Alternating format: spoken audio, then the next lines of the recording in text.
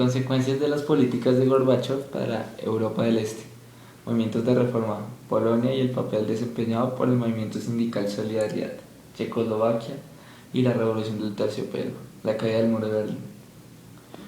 Brezhnev muere en el año 1982 y le va a suceder como presidente de la Unión Soviética y reformista Yuri Andropov hasta el 84, y tras él el conservador Konstantin Chernenko, partidario de seguir con la política Brezhnev, hasta el 85, año en que fue elegido Mikhail Gorbachev. La política de Gorbachev. La necesidad de un cambio profundo en las estructuras de la Unión Soviética era evidente. Era necesario un cambio político y económico. De esto se va a encargar el reformista Mikhail Gorbachev cuando llegue a la presidencia del país. Gorbachev se va a caracterizar por sus dos políticas: la perestroika, que era una reestructuración o reforma al viejo sistema soviético para salir del estancamiento económico y social que padecía la Unión de Repúblicas Socialistas Soviéticas desde el 73, y la Glasnost, o transparencia informativa para luchar contra los casos de corrupción que imposibilitan el desarrollo del país. Las políticas al interior practicadas por Gorbachev tendrán unas consecuencias tanto internas como externas. Estas fueron: lograr el fin de la Guerra Fría, en parte porque era una necesidad económica. Los enormes gastos en armamentos eran necesarios para que se realizaran en otros sectores. Se produce un proceso de democratización sin precedentes al interior de la Unión de Repúblicas Socialistas Soviéticas. Un hecho importante es que en 1989 se acaba con el monopolio del Partido Comunista de la Unión Soviética y llega un pluripartidismo. Se va a producir también el renacimiento de los viejos nacionalismos que habían estado reprimidos durante la dictadura soviética. Estos nacionalismos se muestran como una fuerza incontenible en los países satélites, que acabará fragmentando al país y llevarán a la desaparición de la Unión. Se produce también la liberación de los países comunistas de Europa Oriental, que fue durante mucho tiempo habían sido los países satélites. Una fecha clave fue la caída del muro de Berlín el 9 de noviembre del 89. Esta fecha es todo un símbolo para estos países. De los casos más relevantes dentro de este proceso de, por así decirlo, liberación, se pueden denominar el caso polaco, el caso en Berlín y el caso en Checoslovaquia por la revolución del terciopelo. En el primer caso, el polaco, se singulariza porque la revolución se consiguió a través del impulso adquirido tras la convocatoria de elecciones libres. En realidad, era el único país del este donde existía un movimiento social organizado capaz de ganar unas elecciones al comunismo en el poder. De la oleada huelguista de agosto del 80 había nacido el sindicato Solidaridad. Entonces, se puede ver acá. Con su carismático líder, Lech Walesa, al frente. Un dato sobre este movimiento es que, al no ser de una manera directa, el Papa Juan Pablo II está de acuerdo con muchas de las políticas del movimiento Solidaridad. A pesar de la declaración de la ley marcial por el presidente Jaruzelski en diciembre del año siguiente con el objetivo de impedir una nueva invasión soviética, Solidaridad mantuvo una actividad clandestina. Por añadidura, en Polonia posee una influencia decisiva de la Iglesia Católica. Todo predisponía al cambio en el momento en que se produjera cualquier debilidad del poder. La crítica situación de la economía y la oleada de huelgas entre mayo y agosto del 88, debido a la crisis presentada en la Unión Soviética, el gobierno generó una convocatoria de una mesa redonda, protagonizada por el ministro del Interior Kiska y Walesa.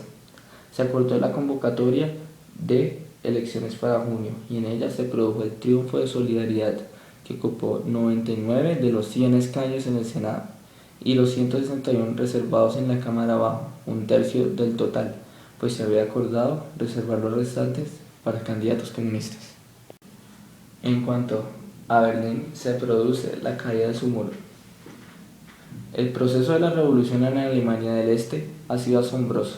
El país se encontraba amenazado por la deserción de su población, en la tesitura de encontrarse sin médicos, conductores de autobús o maestros.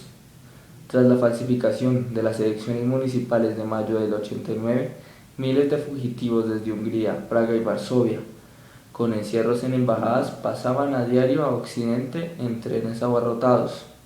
La contrapropaganda del régimen de Honecker no servía para solucionar los problemas de la falta de técnicos y mano de obra.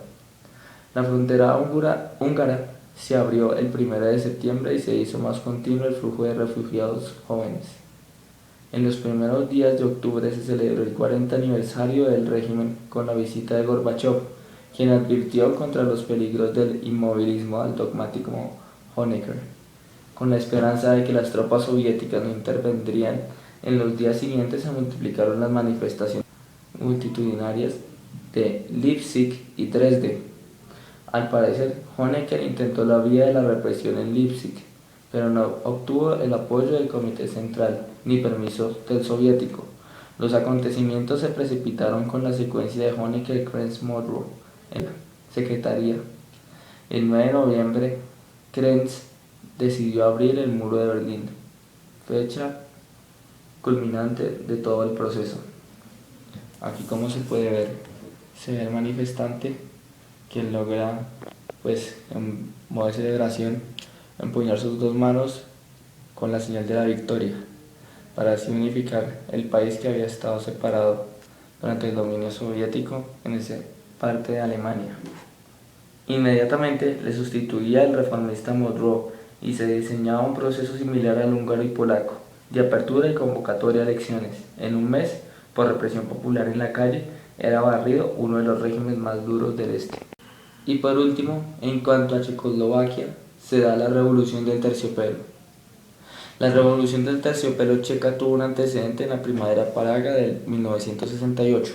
El factor Gorbachov fue aquí todavía más perceptible que en Berlín. En abril de 1987, el líder soviético lanzó en Praga su propuesta de la Casa Común Europea y se proclamó hijo de la Primavera de Praga, condenando la invasión del 68.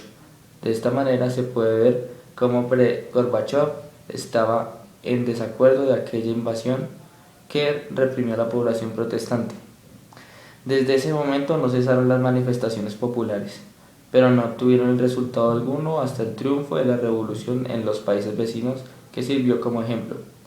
El estímulo para los checos era el paso continuo de fugitivos de Alemania del Este que lograban conseguir pasar al mundo occidental. En noviembre se formó el grupo opositor Foro Cívico. Al caer el muro de Berlín, la movilización en la calle se intensificó y el 10 de diciembre de 1989 caía el severo Husak y se formaba el gobierno Kalpa, con mayoría de ministros no comunistas. En los últimos días del año, el 29 de diciembre, fueron elegidos Havel como presidente de la República Checa y Dubček en la presidente de la Asamblea y símbolo de la Primavera de Praga en 1968. Aquí se puede ver cómo las manifestaciones se dieron durante esta revolución y se logra mediante ellas la liberación y por consiguiente un gobierno más democrático. Las tensiones entre las dos zonas y el triunfo de los nacionalistas en Eslovaquia no pudieron evitar la división pacífica del país y el 1 de enero de 1993 surgían así República Checa y la República de Eslovaquia.